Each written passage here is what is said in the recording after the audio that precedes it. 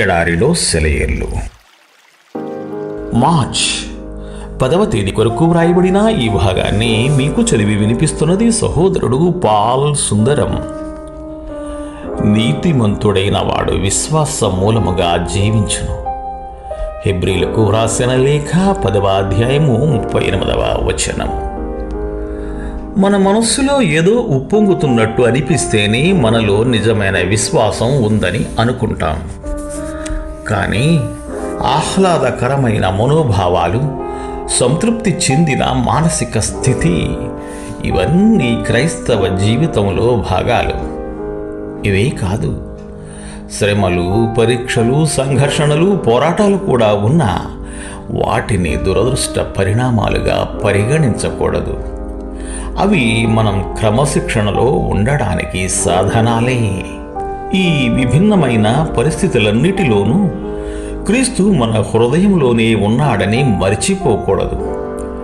మనం ఆయనకి విధేయులుగా ఉన్నంతకాలం మన మానసిక స్థితి ఏదైనా సరే ఆయన మనతోనే ఉన్నాడు. ఇక్కడే చాలామంది తప్పటడుగు వేస్తుంటారు.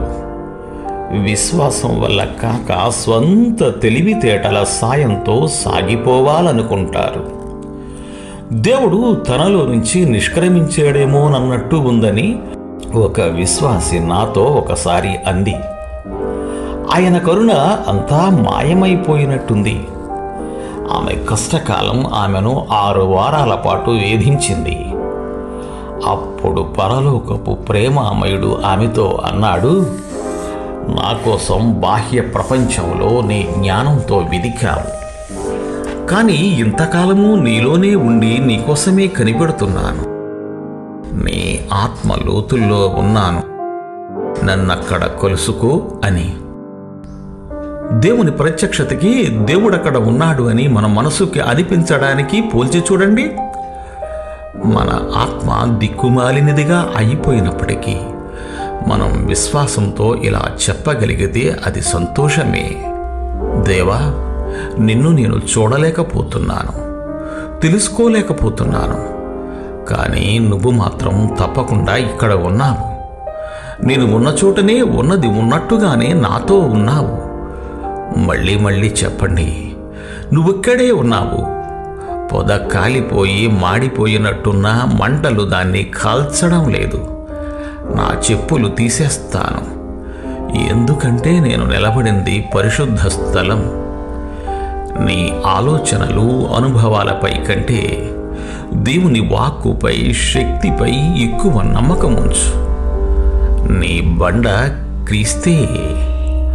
ఆటుపోటు వచ్చేది సముద్రానికే, బండ ఎప్పుడూ అక్కడే ఉంటుంది. క్రీస్తు పూర్తి చేసిన నీతి అనే సువిశేషం మీద నీ దృష్టి నిలుపుకో. యేసును చూసి ఆయనపై నమ్మకం ఉంచు.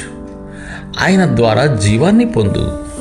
అంతేకాదు, ఆయన్ని చూస్తూ ధైర్యంగా నీ తెరచాపలెత్తి జీవన సాగరంలోకి ప్రయాణం కట్టు. అపనమ్మకపు నౌకాశ్రయంలో ఉండిపోకు, లేక నీడలో బద్ధకంగా నిద్రపోకు.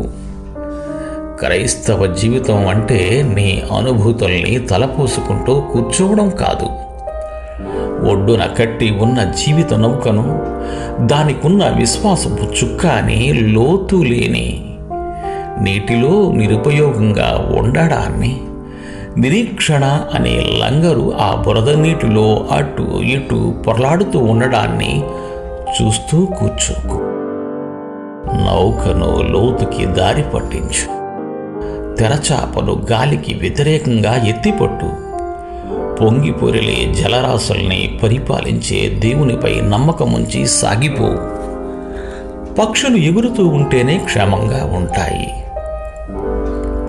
అవి నేలకు దగ్గరగా వచ్చి తక్కువ ఎత్తులో ఎగిరితే వలలకు అందుబాటులోకి వచ్చి చిక్కుకుపోతాయి.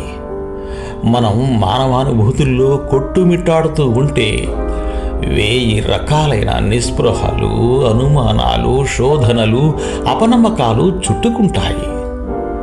దేవునిలో నిరీక్షణ ఉంచు. నిశ్చయతతో కూడిన విశ్వాసం నాకు కొరువైనప్పుడు ఆధారపడే విశ్వాసం మూలంగా జీవిస్తాను. దేవుడు మిమ్ము దీవించుగాక. ఆమెన్.